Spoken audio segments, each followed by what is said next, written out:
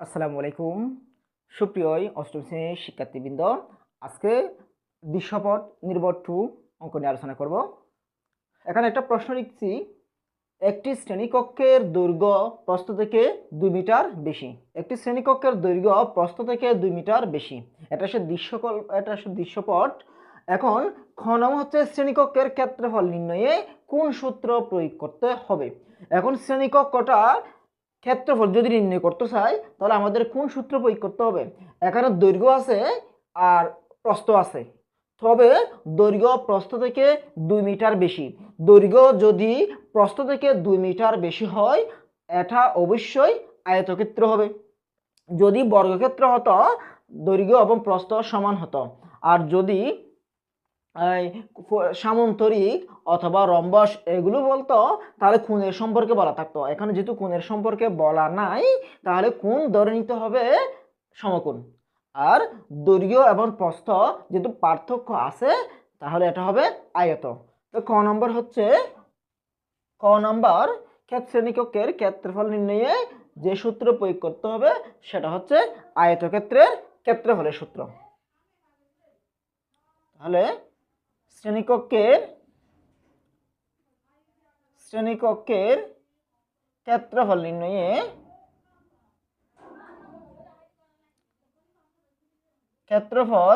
নির্ণয়ে যে সূত্র প্রয়োগ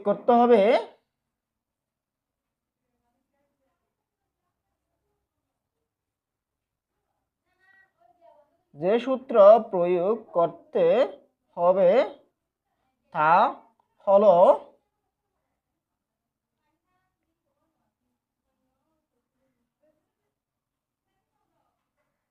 আয়তাকার ক্ষেত্রের ক্ষেত্রফল সূত্র। তা হলো আয়তাকার ক্ষেত্রফলের সূত্র।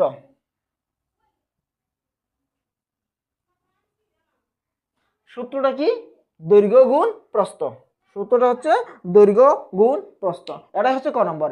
শ্রেণীকক্ষের ক্ষেত্রফল নিয়ে কোন সূত্র প্রয়োগ করতে হবে? যেহেতু এটা আয়তক্ষেত্র নির্দেশ করে তাহলে শ্রেণীকক্ষের ক্ষেত্রফল নিয়ে আয়তক্ষেত্রের ক্ষেত্রফলের সূত্র প্রয়োগ করতে হবে। এটা হচ্ছে ক নম্বর। তারপরে খ নম্বর, শ্রেণীকক্ষের ক্ষেত্রফল নির্ণয় করো। শ্রেণীকক্ষের ক্ষেত্রফল নির্ণয় করো। এখন যদি শ্রেণীকক্ষের ক্ষেত্রফল নির্ণয় করতে চাই আমাদের অবশ্যই দৈর্ঘ্য প্রস্থ লাগবে। তাহলে বের করে নিব এখান থেকে দৈর্ঘ্য প্রস্থ থেকে 2 মিটার যেহেতু বেশি তাহলে আমরা প্রস্থ একটা ধরে নিব। দড়ি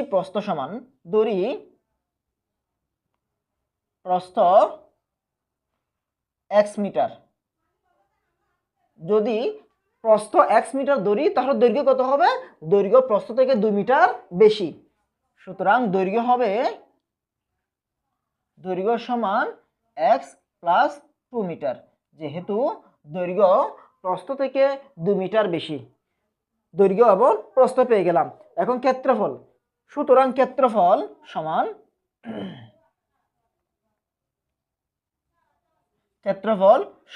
যেহেতু আয়তাকার ক্ষেত্র, এটা আয়তাকার ক্ষেত্রের ক্ষেত্রফলের সূত্র দৈর্ঘ্য গুণ প্রস্থ।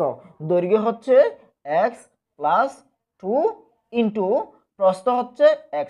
দৈর্ঘ্য গুণ প্রস্থ, এটাই হচ্ছে আয়তাকার কক্ষটির ক্ষেত্রফল, শ্রেণীকক্ষের ক্ষেত্রফল। যেহেতু এটা আয়তাকার ছিল তাহলে আয়তাকার ক্ষেত্রের ক্ষেত্রফলের সূত্র প্রয়োগ করলাম। এটা যদি গুণ করে দিই এটা হয় x স্কয়ার প্লাস 2x। এটাই হচ্ছে শ্রেণীকক্ষের ক্ষেত্রফল। এরপরে বলছে কক্ষটির ক্ষেত্রফল থেকে 15 বিয়োগ করলে যে রাশি পাওয়া যাবে তাকে উৎপাদকে বিশ্লেষণ করো। কক্ষটির ক্ষেত্রফল থেকে, কক্ষটির ক্ষেত্রফল কত? x square plus 2x। এখান থেকে 15 বিয়োগ করলে যে রাশিটা পাওয়া যাবে তার উৎপাদকে বিশ্লেষণ। তাহলে এখন আমরা সেটা করব।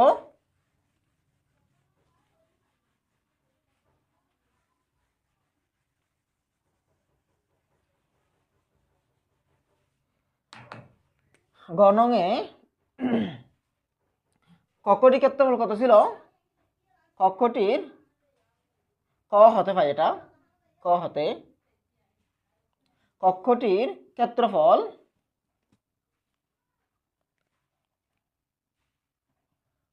ক্ষেত্রফল এক্স স্কোয়ার প্লাস 2x।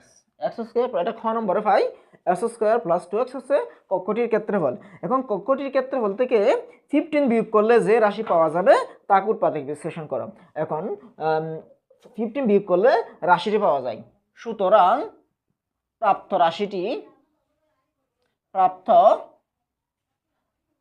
রাশি হবে x square plus 2x minus 15।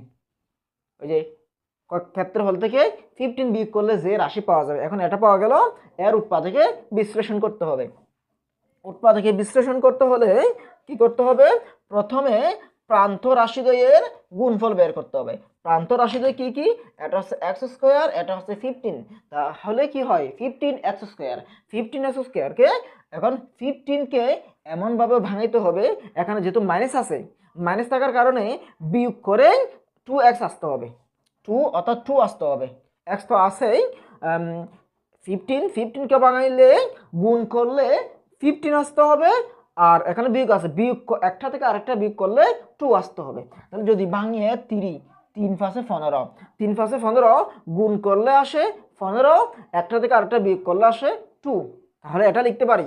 এখন এখানে প্লাস থাকার কারণে প্লাস, বড়টা প্লাস হবে, ছোটটা মাইনাস হবে, অর্থাৎ 5x মাইনাস 3x হলে আর 2x থাকে। গুণ করলে 5x 3x, 3 পাশে 15 প্লাস মাইনাসে মাইনাস 15x স্কোয়ার থাকবে। আচ্ছা, এখন আমরা তাহলে লিখতে পারবো এক্স স্কোয়ার, একটা প্লাস 5x আর একটা minus 3x, plus 5x minus 3x minus 15। এখন এই যে যোগ বিয়োগ করলে প্লাস 5x থেকে মাইনাস 3x বাদ দিলে 2x থাকে, আর গুণ করে দিলে 15 থাকে। তাই এভাবে উৎপাদক বিশ্লেষণ ক্ষেত্রে ভাঙাতে হবে এই দুইটা। এখন প্রথম দুইটা পদ থেকে x কমন নিতে পারি। এখানে x কমন নিলে আর থাকে x প্লাস 5। পরের দুইটা পদ থেকে 3 কমন নিতে পারি, এখানে মাইনাস আছে, মাইনাস বসবে, 3 কমন নিলে x মাইনাসে প্লাস 15কে 3 দিয়ে ভাগ করলে 5 থাকে। যেহেতু কমন না মানে ভাগ করা, 15কে 3 দিয়ে ভাগ করলাম 5 থাকে। তাহলে এখন কি x প্লাস 5 উভয় পক্ষে মিল থাকার কারণে এই দুইটা, এখানে দুইটা রাশি, দুইটা পদ, দুইটা থেকে আমরা x প্লাস 5 কমন নিব। x প্লাস 5 যদি কমন নিই আর বাকি থাকে x মাইনাস 3, এটাই হচ্ছে আনসার। উৎপাদকে বিশ্লেষণ বলছে কি, যে রাশিটি পাওয়া যাবে তাকে উৎপাদকে বিশ্লেষণ করো। এটা হচ্ছে গ নাম্বারের আনসার।